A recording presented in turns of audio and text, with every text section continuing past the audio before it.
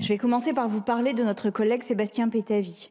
Vous ne l'avez pas beaucoup vu ces dernières semaines, il a été hospitalisé et aujourd'hui il doit sortir de l'hôpital. Sauf que voilà, il a besoin de soins infirmiers toutes les 8 heures précises. Il habite en Dordogne, sa circonscription, département rural à 14% où 14% de la population a plus de 75 ans et où 20% de la population vit de manière isolée. Autant vous dire que le besoin de soins est grand et que infirmiers et infirmières doivent faire de nombreux kilomètres pour soigner au mieux cette population. Aucun infirmier n'a pu s'engager dans ces conditions à passer 3 fois par jour, toutes les 8 heures, chez lui. Sébastien va donc revenir à l'Assemblée nationale pour y recevoir les soins. Ce sera possible ici. Sébastien a la chance de pouvoir venir à Paris, mais évidemment, peu de personnes ont la possibilité de faire pareil. Ce PLFSS est le moment du choix, un véritable choix de société en réalité. Vous pouvez continuer à tenir sur les exonérations sur les salaires. Vous vous placez alors dans la compétition internationale sur le fondement de la baisse des salaires pour gagner en compétitivité. Vous n'y arriverez jamais vraiment parce qu'il y aura toujours des salariés qui coûteront moins cher ailleurs et vous mettrez les salariés français en concurrence avec les salariés du monde entier. Il y aura donc une concentration autour du SMIC, de plus en plus de gens en difficulté. La suite, c'est que la France deviendra un pays d'emploi, de faible qualification et de faible rémunération, dépendant d'une consommation de masse à pas cher. Chahine a de beaux jours devant lui. Évidemment, dans ce contexte, les exonérations ne sont pas discutables. La seule solution pour le PLFSS, c'est de réduire les dépenses. Et quelles sont ces dépenses? L'hôpital public, les remboursements de médicaments, les allocations, les arrêts de travail, les affections longue durée, les retraites, tout cela, ce sont des dépenses. On réduit ainsi chacune avec méthode. La situation en Dordogne va alors probablement s'aggraver rapidement. L'hôpital, comme à Caen, n'accueillera bientôt plus d'internes, puis sera vite menacé de fermeture. Il coûte trop cher. Le sentiment d'abandon grandira au fur et à mesure que les personnes devront parcourir des kilomètres pour se soigner, payer pour obtenir un médicament indispensable. Vous renforcerez la métropolisation, où il y a encore une offre dense de soins d'un côté, et vous accélérerez la désertification de l'autre. Cela veut dire à court terme la montée du Rassemblement national, puisque l'abandon est le premier ressort de ce vote. Production à bas coût, consommation de biens de mauvaise qualité, parce que c'est la seule chose que permettront d'acheter les bas salaires, et le cercle vicieux se met en place. Vous ajoutez à cela les crédits à la consommation pour juste terminer le mois, les jeux à gratter et les paris sportifs pour alimenter l'espoir de devenir peut-être un jour plus riche, vu que l'école ne permettra plus non plus complètement pour les classes populaires de progresser. Telle est la société que vous préparez. Vous avez là tout le PLFSS et une partie du PLF. Année blanche, gel des allocations, augmentation des franchises, diminution du remboursement des ALD, limitation des arrêts de travail, des primes d'activité pour les personnes handicapées, ONDAM insuffisant et surtout maintien des exonérations. Les habitants de Dordogne et au-delà, les pauvres, les malades, les handicapés, les vieux n'auront qu'à se débrouiller. Pas grave, le coût du travail, lui, sera maîtrisé, mais un autre projet est possible. Vous pouvez décider que la santé et la protection sociale sont prioritaires parce qu'une population en bonne santé permet de diminuer à terme les dépenses de santé et de mieux travailler. Et puis, vous pourriez aussi vous dire que l'accès aux soins est avant tout une question de dignité et de respect. Je suis sûre que Sébastien Pétavy sera d'accord avec ça. Ceci est notre projet. Nous pouvons augmenter le nombre de fonctionnaires qui travaillent dans les secteurs hospitaliers de la santé, de la vieillesse, du médico-social. Nous assurerons la gratuité parce que payer des soins ne responsabilise en réalité jamais personne. Cela retarde juste les prises en charge.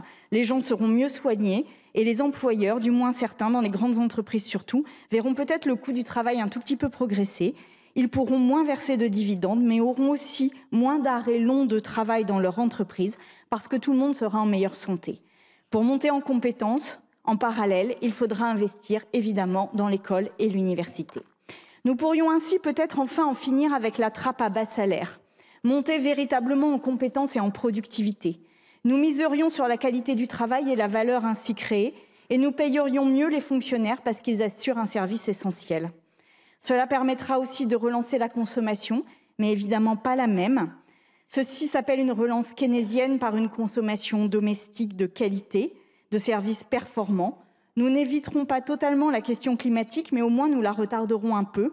Et surtout, nous ferions obstacle à la montée de l'extrême droite par un programme politique unique, la dignité pour tous. Les gens ne se sentiront plus autant broyés par une machine qu'ils ne contrôlent pas. Vous pouvez aussi penser, comme moi, une société où la priorité est de ralentir et de protéger ce qui nous est le plus précieux. Cela implique la sortie des biens et services essentiels du marché pour mieux les protéger. La santé, l'éducation, des innovations sociales comme la sécurité sociale alimentaire. Les études et les recherches sont indispensables pour tester la résistance de notre modèle social à l'épreuve du réchauffement climatique.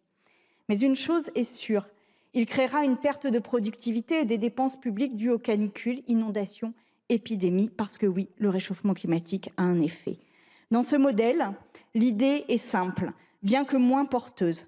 Alors que 7 limites planétaires sont d'ores et déjà dépassées et que c'est définitif, comme avant un envie de tempête, on mettrait la priorité sur le fait de calfeutrer avec soin les fenêtres pour prendre soin de nous et de ce qui est indispensable.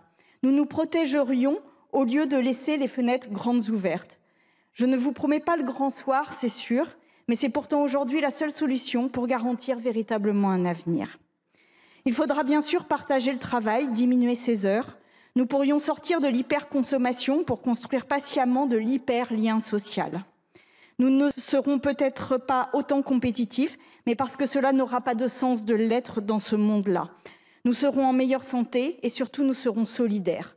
Nous n'aurons pas peur ou moins peur de la tempête à venir. Une chose est sûre, vous ne pouvez pas continuer le « en même temps ». Ce PLFSS est le moment du choix. Vous ne pouvez pas diminuer le coût du travail, dilapider l'argent public auprès des plus grandes entreprises et en même temps assurer les soins en ruralité et maintenir les hôpitaux. Ce PLFSS trahit votre amour inconditionnel pour les comptes, les tableaux Excel. Suppression de l'abattement pour les retraites, hop, 1,2 milliard de plus. Gel des prestations sociales et des pensions de retraite, 2,5 milliards d'euros. Doublement des franchises, 2,3 milliards. Réforme des affections de longue durée, 700 millions. Diminution de la prime d'activité pour les personnels handicapés, cotisation sociale sur les apprentis, fin de certaines exonérations sur les territoires ultramarins, etc. La liste est longue, mais nous avons passé Halloween et son théâtre des horreurs. Que ces euros soient pris sur les personnes âgées, sur les personnes malades, les familles monoparentales, les personnes handicapées, les invalides, les chômeurs, les bénéficiaires du RSA, les services publics de santé, tout cela n'a finalement, à vos yeux, pas tant d'importance. Votre tableur est à l'équilibre. Ouf, la France est sauvée. Mais cette copie porte une vision, celle de la loi du plus fort, de la métropolisation accélérée et de l'abandon d'une partie de la France. Voilà pourquoi nous ne sommes pas venus à vos rendez-vous du mardi. Il n'est plus temps de palabrer, mais d'affirmer un choix ambitieux pour la France, à l'heure où d'aucuns appellent aux valeurs avec des trémolos dans la voix, où ils évoquent du matin au soir la France éternelle. La France se distingue des autres pays par un choix radical et ambitieux, il y a 80 ans, celui de mettre une partie de notre richesse en commun pour créer un véritable modèle social, protecteur et réparateur. Elle est là, la fierté d'être français. Vous vous inquiétez souvent de Nicolas qui paye, mais notre fierté française est bien celle de Sébastien qui a accès aux soins.